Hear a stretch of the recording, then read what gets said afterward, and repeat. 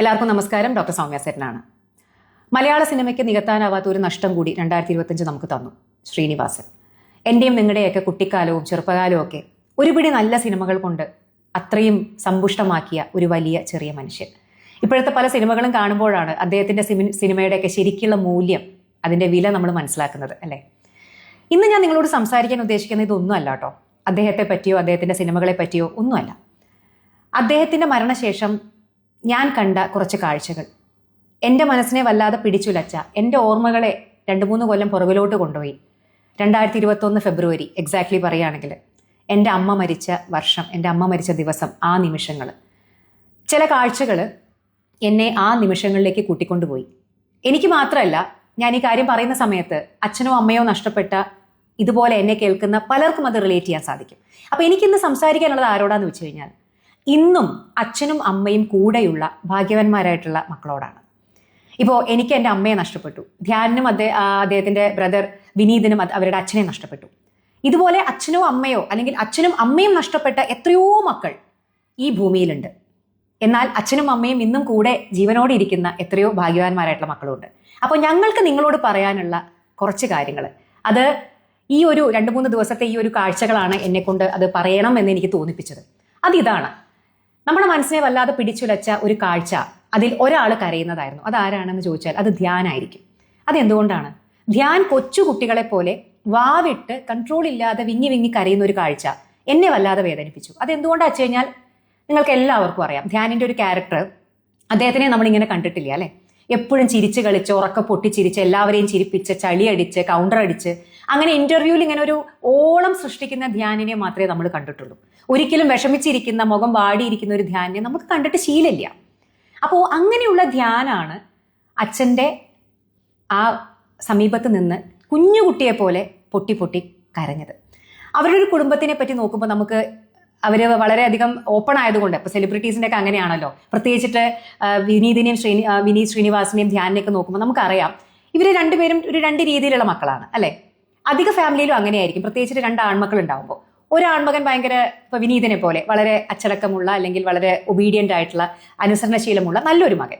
മറ്റേ ആളെന്ന് പറയുമ്പോൾ ഒരു ധൂർത്തനായിട്ടുള്ള പുത്രൻ, പറഞ്ഞാൽ കേൾക്കാത്ത, തൻ്റെടിയായിട്ടുള്ള, തന്നിഷ്ടക്കാരനായിട്ടുള്ള ധ്യാനിനെ പോലെയുള്ള ഒരു മകൻ. അപ്പോൾ അവർ രണ്ടുപേരും ഇങ്ങനെയാണെന്ന് നമുക്കൊക്കെ അറിയാം. അപ്പോൾ ധ്യാൻ തന്നെ എത്രയോ ഇന്റർവ്യൂകളിൽ കേട്ടവർക്ക് അറിയുന്നതായിരിക്കും, അച്ഛനെ വിമർശിച്ചിട്ടുണ്ട്, അച്ഛനെ കളിയാക്കാറുണ്ട്. അദ്ദേഹം എല്ലാവരെയും കളിയാക്കാറുണ്ട്, പക്ഷെ സ്വന്തം അച്ഛനെ പരിധി വിട്ട് കളിയാക്കുകയും വിമർശിക്കുകയും ഒക്കെ ചെയ്തിട്ടുള്ള ഒരു മകനാണ് ധ്യാൻ. അപ്പോൾ ഏതൊരു ഇന്റർവ്യൂവിൽ അദ്ദേഹത്തിനോട് കാഴ്ചക്കാരിൽ ഒരാൾ പറയുന്നുണ്ട്, നിങ്ങൾക്ക് നിങ്ങളുടെ അച്ഛനെ ശരിക്കും മനസ്സിലായിട്ടില്ല എന്ന്. അപ്പോൾ വളരെയധികം ചിരിച്ചുകൊണ്ട് അദ്ദേഹത്തിന് മറുപടി കൊടുക്കുന്നുണ്ട്, നിങ്ങളെക്കാളേറെ അല്ലെങ്കിൽ എൻ്റെ അച്ഛനെ ഏറ്റവും മനസ്സിലാക്കിയ ആള് ഞാനായിരിക്കും, കാരണം ഞാൻ ഈ ലോകത്തെ ഏറ്റവും സ്നേഹിക്കുന്നത് എൻ്റെ അച്ഛനെയാണ്, കാരണം അയാൾ എൻ്റെ അച്ഛനാണ് എന്ന്. അപ്പോൾ നമുക്ക് ഇതിൽ നിന്നൊക്കെ മനസ്സിലാവുന്ന കാര്യം, എത്രത്തോളം വിമർശിച്ചാലും കുറ്റം പറഞ്ഞാലും കളിയാക്കിയാലും അവർ തമ്മിലുള്ള ആ ഒരു ആത്മബന്ധം, അത് അവരെല്ലാവരും തമ്മിലുള്ള ആത്മബന്ധം വളരെ ഗാഢമായിരുന്നു. അപ്പോൾ ഇങ്ങനെയുള്ള എത്രയോ ഫാമിലീസ് നമുക്കിടയിലുണ്ട്, അല്ലേ? അപ്പോൾ അതുകൊണ്ട് തന്നെ ആയിരിക്കാം ധ്യാനിൻ്റെ റീസെൻ്റിലായിട്ടുള്ള ചില ഇൻ്റർവ്യൂസിൽ അദ്ദേഹം പറയാറുണ്ട്, ധ്യാനിൻ്റെ കയ്യിലിരിപ്പ് കൊണ്ട് തന്നെയാണ്, അത് അദ്ദേഹം തുറന്ന് സമ്മതിക്കുന്ന കാര്യമാണ്, അച്ഛനെ പല രീതിയിൽ അവർ വിചാരിച്ച പോലെ ഒന്നും ഞാനായില്ല, എൻ്റെ സ്വന്തം ഇഷ്ടപ്രകാരം ഞാൻ തോന്നിയ പോലെ നടന്നു, എന്നാലും അച്ഛൻ എന്നെ വീട്ടിൽ നിന്ന് പുറത്താക്കിയിട്ടുണ്ട്, അച്ഛൻ എന്നെ പടിയടച്ച് വിണ്ടം വെച്ചിട്ടുണ്ട്, എന്നെ ചീത്ത പറഞ്ഞിട്ടുണ്ട്, അങ്ങനെ ധാരാളം പ്രശ്നങ്ങൾ അവർക്കിടയിൽ ഉണ്ടായിട്ടുണ്ട്. പക്ഷെ എങ്കിൽ പോലും അദ്ദേഹം വലിയ ക്രൈസിസുകളിൽ നിന്ന സമയത്ത് സ്വന്തം എന്തൊക്കെയോ ഭൂമിയോ എന്തോ വിറ്റിട്ട് ആ പൈസ കൊണ്ട് പോലും ആരും അറിയാതെ, അതായത് ധ്യാൻ അറിയാതെ ശ്രീനിവാസൻ സ്വന്തം മകനെ സഹായിച്ചിട്ടുണ്ട്. അപ്പോൾ ധ്യാൻ എന്ന് പറയുന്ന ഒരു മകൻ എന്ന് പറയുന്നത് ആ അച്ഛൻ്റെ സ്നേഹം ശരിക്ക് മനസ്സിലാക്കിയൊരു മകനായിരുന്നു. പക്ഷേ അദ്ദേഹം പറഞ്ഞൊരു കാര്യം, ഇങ്ങനെയൊക്കെയാണെന്നുണ്ടെങ്കിലും എനിക്ക് എൻ്റെ അച്ഛൻ്റെ കൂടെ എപ്പോഴും അതായത് അച്ഛനോട് സംസാരിക്കാൻ എപ്പോഴും ഒരു പേടിയാണ്, എപ്പോഴും ഒരു ഡിസ്റ്റൻസ് ഉണ്ട് അവർക്കിടയിൽ. അപ്പോൾ അച്ഛൻ്റെ അടുത്ത് ഇപ്പോൾ റീസെൻ്റ്ലിയാണ് ഞാനൊന്ന് അച്ഛൻ്റെ കൂടെ കുറച്ച് സമയം സ്പെൻഡ് ചെയ്യാനും അച്ഛൻ്റെ കൂടെ അച്ഛനുമായിട്ടൊന്ന് അടുത്ത് ഇടപഴകാനും തുടങ്ങിയതെന്ന്. പക്ഷേ ശ്രീനിവാസന്റെ അടുത്തിടെയുള്ള അദ്ദേഹത്തിന്റെ ആരോഗ്യസ്ഥിതി വളരെ മോശമായിരുന്നു, നമ്മളെല്ലാവരും കണ്ടതാണ്. പണ്ടത്തെ പോലെ ഒഴുക്കോടുകൂടി സംസാരിക്കാനും കൗണ്ടർ അടിക്കാനും പൊട്ടിച്ചിരിക്കാനും തമാശകൾ പറയാനൊന്നും റീസെൻ്റ്ലി അദ്ദേഹത്തിന്റെ ആരോഗ്യ പ്രശ്നങ്ങൾ കൊണ്ട് അദ്ദേഹത്തിന് സാധിക്കുന്നുണ്ടായിരുന്നില്ല. അപ്പോൾ നമുക്കൊക്കെ മനസ്സിലാവും, ധ്യാനിനും ഈ ഒരു ആരോഗ്യസ്ഥിതി വഷളായിട്ടുള്ള ഒരു അച്ഛൻ്റെ കൂടെയാണ് ധ്യാനിന് ഇരിക്കാൻ പറ്റിയത്. അച്ഛൻ വളരെ നല്ല ആരോഗ്യവാനായിരിക്കുന്ന സമയത്തൊന്നും അദ്ദേഹത്തിൻ്റെ കൂടെ കൂടുതൽ സമയം സ്പെൻഡ് ചെയ്യാൻ അദ്ദേഹത്തിന് സാധിച്ചിട്ടില്ല. അപ്പോൾ ഒബ്വിയസ്ലി അതുകൊണ്ടായിരിക്കാം ഇതെല്ലാം ധ്യാനിൻ്റെ മനസ്സിൽ ഉള്ളതുകൊണ്ടായിരിക്കാം ധ്യാൻ കുഞ്ഞു കുട്ടികളെ പോലെ പൊട്ടിക്കരഞ്ഞിട്ടുണ്ടാവുക, അല്ലേ? കാരണം ഞാനിത് അനുഭവിച്ച ഒരാളാണ്. എന്നെ പോലെ ഇത് അനുഭവിച്ച ധാരാളം മക്കളുണ്ടായിരിക്കും. കാരണം നമ്മൾ മക്കളുടെയൊക്കെ വിചാരം എന്താണെന്നറിയോ? നമ്മുടെ അച്ഛനും അമ്മയ്ക്കും ഒന്നും പറ്റില്ല എന്നാണ്. നമ്മുടെ അച്ഛനും അമ്മയും എന്നും ചിരഞ്ജീവികളായിട്ടുണ്ടാവും, അവർക്കൊന്നും പറ്റില്ല എന്നുള്ളതാണ് നമ്മളൊക്കെ മനസ്സിൽ. ഞാൻ അങ്ങനെ വിചാരിച്ചിരുന്ന ഒരാളാട്ടോ. എൻ്റെ വീട്ടിൽ എനിക്ക് അമ്മ, അച്ഛൻ, അമ്മയുടെ അച്ഛനും അമ്മയും, മുത്തശ്ശനും മുത്തശ്ശി ഉണ്ടായിരുന്നു. അപ്പൊ എൻ്റെ വിചാരം എന്താന്ന് വെച്ച് കഴിഞ്ഞാൽ, നമ്മൾ ഏജ് ഒക്കെ എടുത്ത് നോക്കുമ്പോൾ മുത്തശ്ശനും മുത്തശ്ശിക്കൊക്കെ വയസ്സായി. അപ്പോൾ അച്ഛനും അമ്മയൊക്കെ അതിൽ ചെറുപ്പമല്ലേ, ഒരിക്കലും അവർക്കൊന്നും ഒന്നും പറ്റില്ല, അവരൊക്കെ എന്നും നമ്മുടെ കൂടെ ഉണ്ടാവും എന്നുള്ള ഒരു ചിന്തയായിരുന്നു. പക്ഷേ ഇതിൽ ആദ്യം പോയത് എൻ്റെ മുത്തശ്ശനോ മുത്തശ്ശിയോ ഒന്നുമല്ല. ആദ്യം പോയത് എൻ്റെ അമ്മയാണ്. 2021 ഫെബ്രുവരിയിൽ.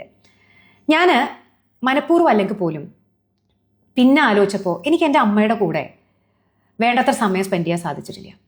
എൻ്റെ അമ്മ പലപ്പോഴും എന്നോട് വർത്താനം പറയാൻ ആഗ്രഹിച്ചപ്പോഴൊക്കെ എൻ്റെ അമ്മ ആഗ്രഹിച്ച അത്ര സമയം കൊടുക്കാൻ എനിക്ക് സാധിച്ചിട്ടില്ല. ചില സന്ദർഭങ്ങളിലൊക്കെ എൻ്റെ അമ്മ ഒരു ദിവസം ഒരു 3-4 തവണ വിളിക്കും. രാവിലെ വിളിച്ച് കഴിച്ചോ ചോദിക്കും, ഉച്ചയ്ക്ക് വിളിച്ച് കഴിച്ചോ ചോദിക്കും, വൈകുന്നേരം വിളിക്കും, രാത്രി വിളിക്കും. കാരണം എൻ്റെ അമ്മയ്ക്ക് അന്വേഷിക്കാൻ ഞാനും എൻ്റെ അനിയനൊക്കെ ഉണ്ടായിരുന്നുള്ളൂ. പക്ഷെ ഞാൻ ഞങ്ങളെന്ന് പോലും അറിയില്ല. എൻ്റെ അനിയൻ എന്നെ പോലെ ആയിരുന്നില്ല കേട്ടോ. എൻ്റെ അനിയൻ എപ്പോഴും എൻ്റെ അമ്മയുടെ കാര്യങ്ങൾ എപ്പോഴും അന്വേഷിച്ചിരുന്ന ഒരാളാണ്. പക്ഷെ ഞാൻ മനഃപൂർവ്വം അല്ലായിരുന്നു. പല പല പല തിരക്കുകളും കൊണ്ട്, ഡോക്ടറാണ്, അതിൻ്റെ ഓട്ടം ചാട്ടം, പിന്നെ ഈ പറയുന്ന ഓൺലൈൻ പല പല കാര്യങ്ങൾ. അപ്പം മനഃപൂർവ്വം അല്ലെങ്കിൽ പോലും രാവിലെ 1-2 കോളുകൾ അറ്റൻഡ് ചെയ്ത് അമ്മ 3ാമത് വിളിക്കുമ്പോൾ ഞാൻ നമ്മുടെ കോള് കാണുമ്പോൾ കട്ട് ചെയ്യും.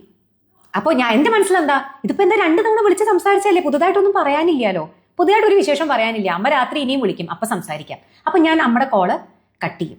അങ്ങനെ ഇടയ്ക്ക് ഇപ്പോൾ അമ്മ ഒരു 10 തവണ വിളിച്ചാൽ ചിലപ്പോൾ 2-3 കോളായിരിക്കും ഞാൻ അറ്റൻഡ് ചെയ്യുക. ബാക്കി കോളുകൾ ഞാൻ പല തിരക്കുകളുടെ പേരിൽ ഞാൻ കട്ട് ചെയ്ത് കളഞ്ഞിട്ടുണ്ട്. അപ്പം എനിക്ക് എൻ്റെ അമ്മ ഒരു ദിവസം പെട്ടെന്ന് അങ്ങ് പോയി. ആരോടും ഒന്നും പറയാതെ പെട്ടെന്ന് എൻ്റെ അമ്മ 2021 മാർച്ച് എൻ്റെ അമ്മ റിട്ടയർ ചെയ്യാനിരിക്കുന്ന ഒരു ടീച്ചറായിരുന്നു. ആ ഫെബ്രുവരിയിൽ റിട്ടയർമെൻറ്റിന് 1 മാസം മുമ്പെയാണ് എൻ്റെ അമ്മ ആരോടും പറയാതെ ഒറ്റ പോക്കങ്ങ് പോയത്. അപ്പോൾ ആ അമ്മ പോയി കഴിഞ്ഞപ്പോൾ കുറച്ച് കഴിഞ്ഞപ്പോൾ എൻ്റെ മൊബൈലിൽ അമ്മ എന്ന് പറഞ്ഞിട്ട് ഞാൻ ഫീഡ് ചെയ്തിരുന്ന ആ നമ്പർ, എൻ്റെ അമ്മയുടെ നമ്പർ, മൊബൈൽ നമ്പർ ഞാൻ അമ്മ എന്ന് പറഞ്ഞിട്ടാണല്ലോ എല്ലാവരും ഫീഡ് ചെയ്യുക. ആ അമ്മ എന്ന് പറഞ്ഞിട്ട് എൻ്റെ മൊബൈലിൽ എൻ്റെ അമ്മയുടെ കോൾ എനിക്ക് വരാതെയായി.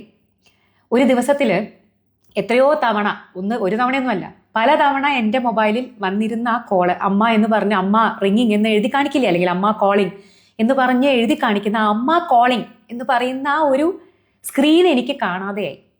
കുറെ കഴിഞ്ഞപ്പോൾ എനിക്ക് അതൊന്ന് കാണാൻ ഞാൻ കൊതിച്ചിട്ടുണ്ട്. അമ്മ കോളിംഗ് ഒന്ന് എഴുതി കാണാനേ, അമ്മയുടെ നമ്പറിൽ നിന്ന് അങ്ങനെ ഒരു കോള് വരുന്നത് കാണാൻ ഞാൻ കൊതിച്ചിട്ടുണ്ട്. പക്ഷേ വിളിക്കാൻ എൻ്റെ അമ്മ ഇല്ല.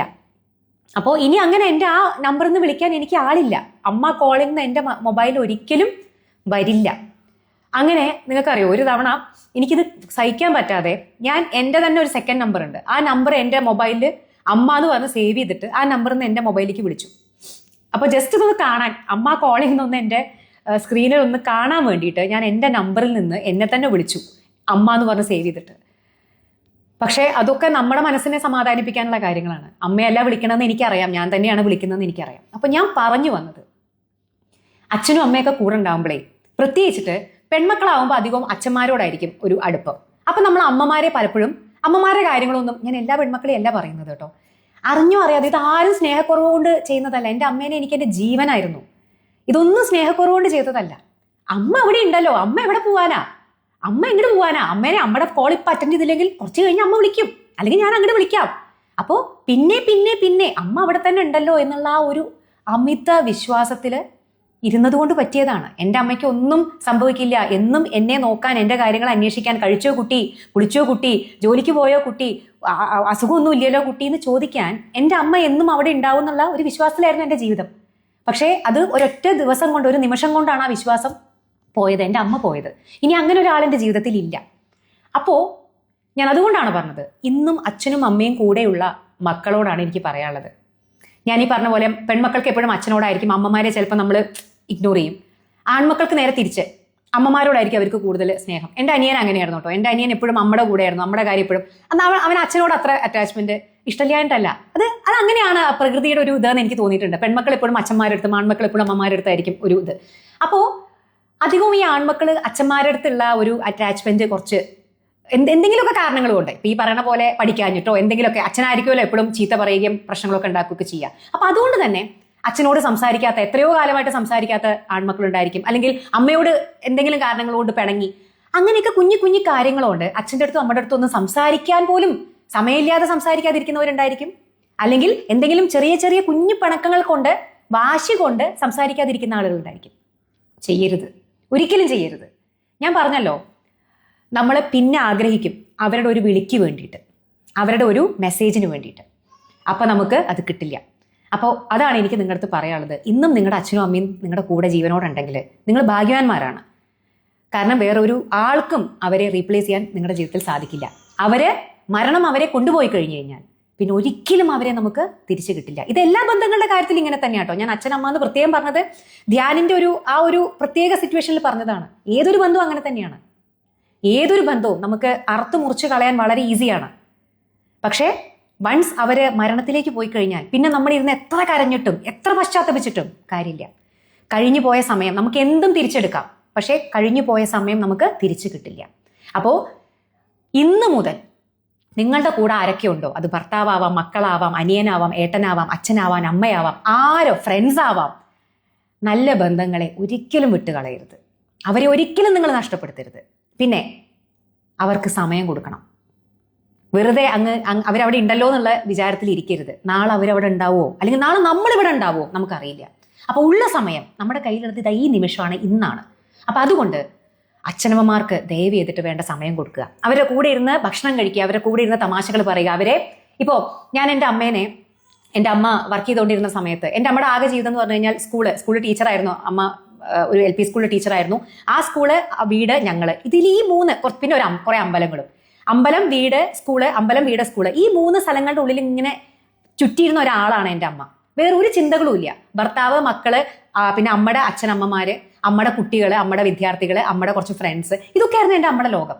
അപ്പൊ എൻ്റെ അമ്മേനെ ഞാൻ പലപ്പോഴും ഒരു സിനിമയ്ക്ക് വിളിക്കുമ്പോൾ, അല്ലെങ്കിൽ ഒരു സ്ഥലത്തേക്ക് ട്രിപ്പിന് പോകാൻ വിളിക്കുമ്പോഴൊക്കെ എൻ്റെ അമ്മ പല അതായത് വീട്ടിൽ അച്ഛനും അമ്മയുണ്ട്. അപ്പൊ അവരെ നോക്കാൻ എങ്ങനെയും ട്രിപ്പ് പോയാൽ ശരിയാവില്ല. അച്ഛനും അമ്മയും ആരാ നോക്കുക?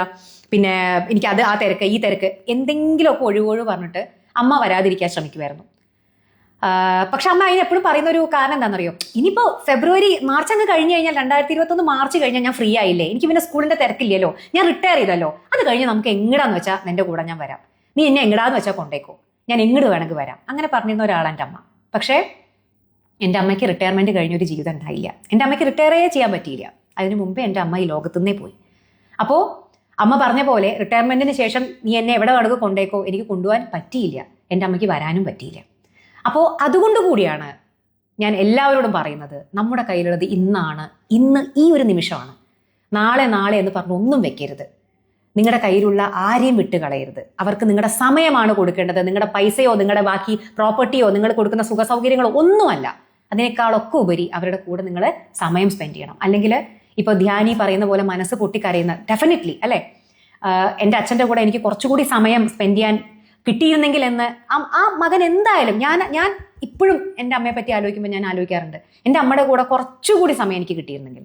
അത് കിട്ടില്ലല്ലോ നമുക്ക്, അല്ലേ? പോയവർ പോവും ഫോർ എവർ, എന്നേക്കുമായിട്ട്.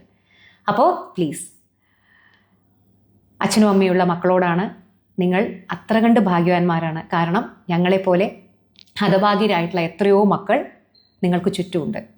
അപ്പോൾ ഞങ്ങൾക്കില്ലാത്ത ആ സൗഭാഗ്യം നിങ്ങൾക്കുണ്ടെങ്കിൽ നിങ്ങൾ അതൊരിക്കലും കൈവിട്ട് കളയരുത്. സ്വന്തം അച്ഛനമ്മമാരെ കൂടെ ചേർത്ത് പിടിക്കുക, അവരുടെ കൂടെ സമയം സ്പെൻഡ് ചെയ്യുക. കാരണം നാളെ എന്ത് എന്നുള്ളത് നമുക്കറിയില്ല. അപ്പോൾ ഇത്രയും പറയുകയാണ്. ഇത് നിങ്ങൾ ആഗ്രഹിക്കുന്ന എല്ലാ മക്കളിലേക്കും പറ്റുമെങ്കിൽ ഒന്ന് എത്തിക്കുക. ബൈ.